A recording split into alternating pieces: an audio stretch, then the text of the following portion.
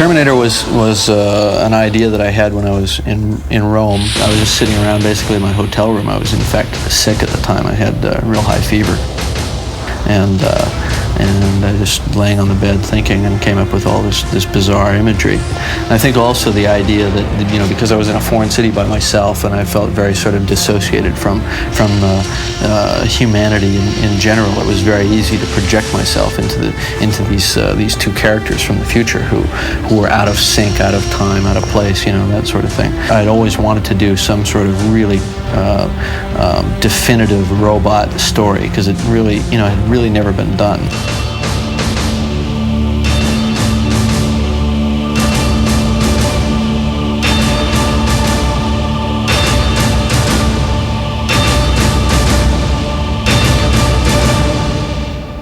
What did you think when you first got the script for T1? I mean, because they wanted you to read for the other guy, right? So you read it thinking about the other guy, or, you know, about Reese. Do you remember what you were thinking when you read it? The more I read the script, the more I remember I got fascinated by the Terminator. The bad guy.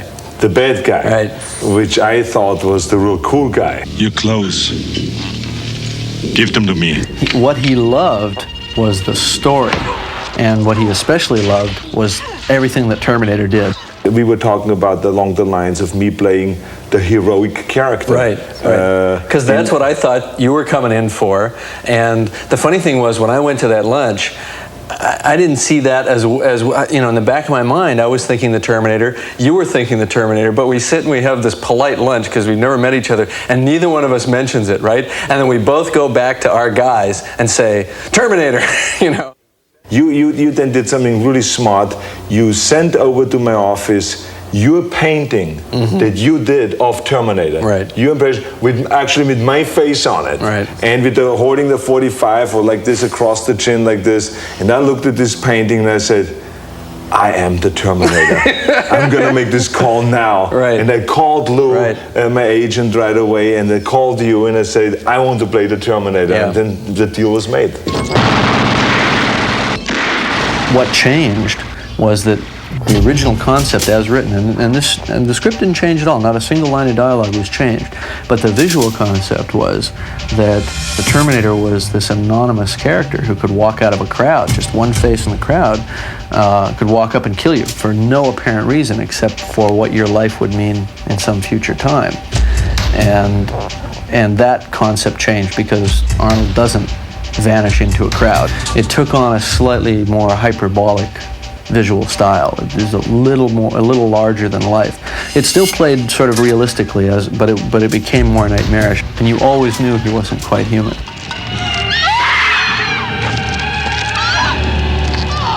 Obviously, in order to get the intensity on the face to make you a killer, there's a fine line with having you be completely blank. So there was some sense of emotion isn't really the right word, but intention, I think.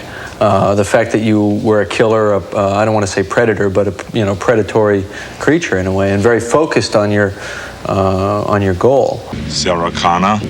Yes? We really narrowed it down to just if this would be a robot, what movement would there be going on? And it would literally only be the arm coming across, pulling out, cocking, shooting. No shoulder movement, no head movement. Goes back, and then the whole body would turn and walk away. But with a smoothness too. Oh yeah, it was like very positive and very smooth. Not jerky either, because jerkiness wastes energy. Right. It was like the ultimate efficiency, you know, to get the shortest path between 2 points. What I found to be effective, certainly on Terminator, was to do a slow motion build-up, or to subtly segue into slow motion where you almost don't realize it, and it becomes almost a dreamlike pace, or that dilation of time that you experience when you're in a traffic accident and it's happening and you can't stop it, and time seems to stretch.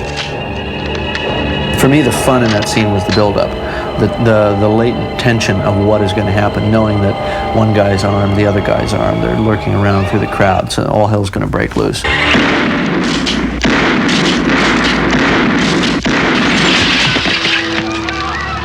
Come with me if you want to live. Remember the first day we shot the scene where you're driving through the parking garage in the police car that you've stolen, and you're looking for them. And on that first day we got together and we talked a little bit, and we worked out some physical behavior like a shark, you know, kind of the way it moves back and forth looking for prey. And then you came up with the idea of moving your eyes, then moving your head to follow the eyes, then moving the eyes back and moving the head back. So it became almost like a surveillance camera. And the funny thing was, it didn't really get real to me until the next morning in dailies. And I saw that close-up and I went, this is working great. That nobody has ever seen this before.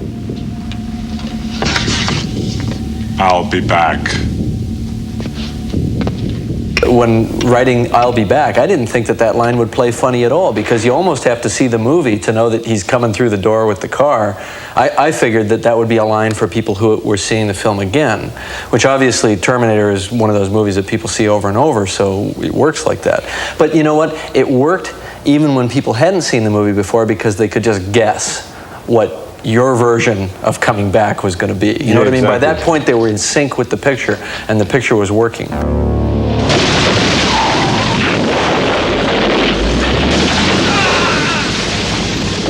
In the first picture, you were so enthusiastic about the character and about the work. I mean, as you are in all your films, but I hadn't worked with you before, so I wasn't ready for this. That you just jumped in. I mean, there was stuff where we had you tied to the top of a car, holding on while the car raced backward down the alley with your arm on fire.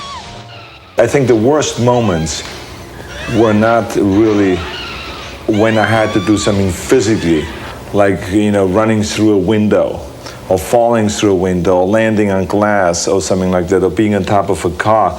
It was more the acid that was poured on me to make me smoke, to make the character smoke. I remember. It's true. We did pour acid on you. I kept saying, is there no other way? Mild acid. It's a very mild acid. Yeah, very mild. Is there no way that we can just put some smoke in there somewhere in the clothes that I can smoke, rather than having acid being poured on? With fire and acid and those kind of things, you never know. Well, you know when that stuff starts to get around the face. Exactly, too much, or in the eyes, you know, it burns a little bit. I think that there was one major decision that was made that everything else sort of devolved from, which was made jointly between myself and Stan Winston when I approached him to do the you know, the makeup and prosthetic effects on the film. And that decision was to not do a man in a suit. We had to sell the idea that this was the suit that was inside the man. All I remember was that I walked into Stan Winston's office. Right. His building where he designed all the everything, you know, the Terminator look. After you got through prepping him what it should look like and all this, and he started making drawings and the makeup and design all this stuff.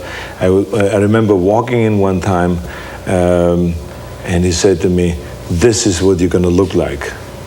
And I looked at this, and I did not think it was humanly possible to create this kind of a makeup. With the cheekbones sticking out. I mean, there was mechanism underneath. The hydraulic mechanism underneath the cheeks. And when the meat is ripped off, when the teeth are sticking out on the side, when the mouth is gone, when the artificial eye, I mean, that lens is exposed and lights up red and all this stuff. When I saw that, I said to myself, that's impossible to do. And he looked at me, and when I told him that, he said to me, "It's possible, Arnold, but it would take hours and hours and hours and a lot of your patience."